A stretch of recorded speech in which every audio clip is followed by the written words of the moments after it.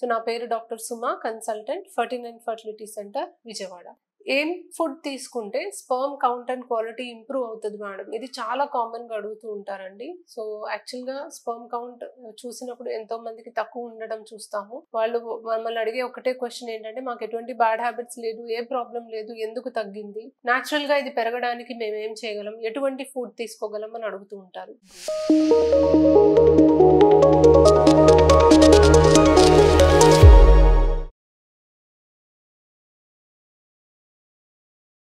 మనకి స్పర్మ్స్ అనేవి హెల్దీగా ఉండడానికి, స్పర్మ్ కౌంట్ కానీ, మొటిలిటీ కానీ, మార్ఫాలజీ కానీ బాగా ఉండడానికి కొన్ని పదార్థాలు తింటే డెఫినెట్లీ ఇంప్రూవ్ అవ్వడానికి అవకాశం ఉంది. So anti oxidant rich food especially మనకి స్పర్మ్ హెల్త్ ని మెయింటైన్ చేయడానికి చాలా ఉపయోగపడతాయి. సో వాల్నట్స్ అనేవి చాలా యూస్ఫుల్ ప్రొడక్ట్స్ అండి. సో వాల్నట్స్ తినడం వల్ల యాంటీ ఆక్సిడెంట్స్ ఎక్కువ ఉండడం వల్ల స్పర్మ్ హెల్త్ అనేది ఇంప్రూవ్ అవుతుంది.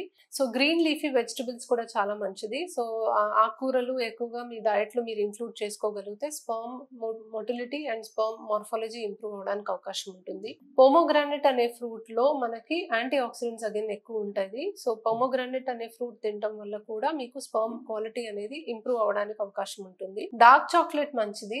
డార్క్ చాక్లెట్ లో కూడా మీకు యాంటీ ఆక్సిడెంట్స్ ఉంటాయి. సో డార్క్ చాక్లెట్ తినడం వల్ల కూడా స్పర్మ్ హెల్త్ ఇంప్రూవ్ అవడానికి అవకాశం ఉంటుంది. అది కాకుండా మనం గనక చూసుకుంటే వాటర్ అనేది డెఫినెట్లీ ఎక్కువగా తీసుకోవాలి.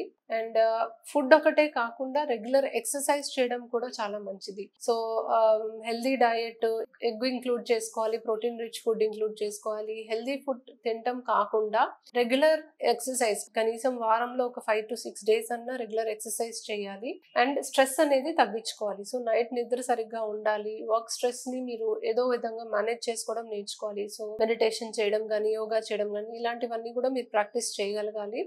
ప్లస్ కనీసం 2-3 days వన్స్ అన్నా మీరు హస్బెండ్ వైఫ్ కలిస్తే స్పర్మ్స్ అనేవి మీకు అక్కడే ఉండిపోయి డ్యామేజ్ అవ్వకుండా రెగ్యులర్ గా ప్రొడక్షన్ అనేది జరిగి బయటకు వస్తూ ఉంటే స్పర్మ్ హెల్త్ అనేది ఇంప్రూవ్ అవుతుంది.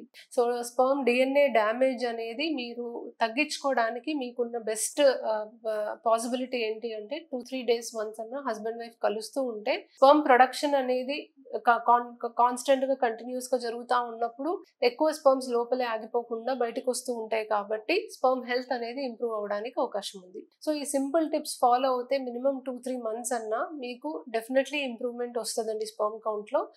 మేజర్ ఇంప్రూవ్మెంట్ వచ్చేసి చాలా తక్కువ స్పర్మ్ కౌంట్ నార్మల్ అయిపోవడం కాకపోయినా అట్లీస్ట్ ఉన్న స్పర్మ్స్ అన్నా హెల్దీగా బెటర్ గా ఉండడానికి అవకాశం అనేది ఉంటుంది. Thank you.